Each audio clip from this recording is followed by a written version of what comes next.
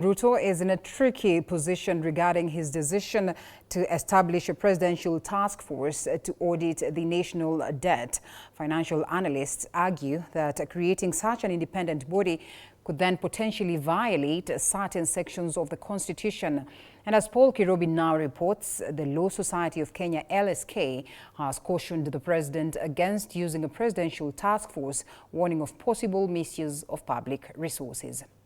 In another crucial decision regarding the growing national debt, the head of state faces intense scrutiny over the crisis that has thrown the country into chaos over the past few weeks. Economic experts have analyzed the situation, suggesting that the president risks violating the 2010 constitution, which outlines who should audit the national debt.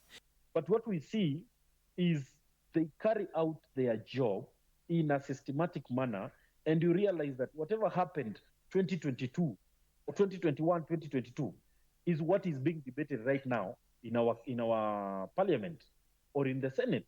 Something that is supposed to be fast-tracked so that when these audits are done, they are discussed when the bearers of those officers are still there.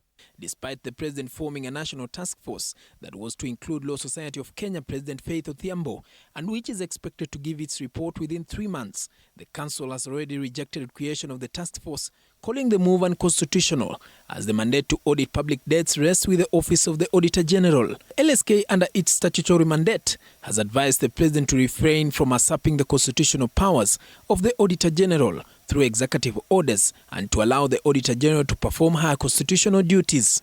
The council says that the Office of the Public Debt Management, headed by a Director General at the Treasury, is funded by public money, justifying the need to provide public debt details to the Auditor General for forensic audit. It further says it is essential not to waste scarce public resources by appointing a presidential task force to perform duties of existing public offices. The council moved forward to quote the 2010 constitution, just to remind the president that Article 229(4) specifically requires the Auditor General to audit the public debt within 6 months after the end of each financial year. Article 226, it dictates that the accounts of the national and county governments should be audited. It therefore specifies each and every institution, including the accounts of every commission and independent offices established by the constitution, should be audited. The accounts of the National Assembly, Senate and the county assemblies should also be audited. This has been a hot potato for MPs, as a majority of Kenyans are complaining about too much spending by members of parliament. The lingering question is, while the president has proposed a raft of measures to reduce spending, will the government achieve its goal? Paul Kirobi, TV47, Nairobi.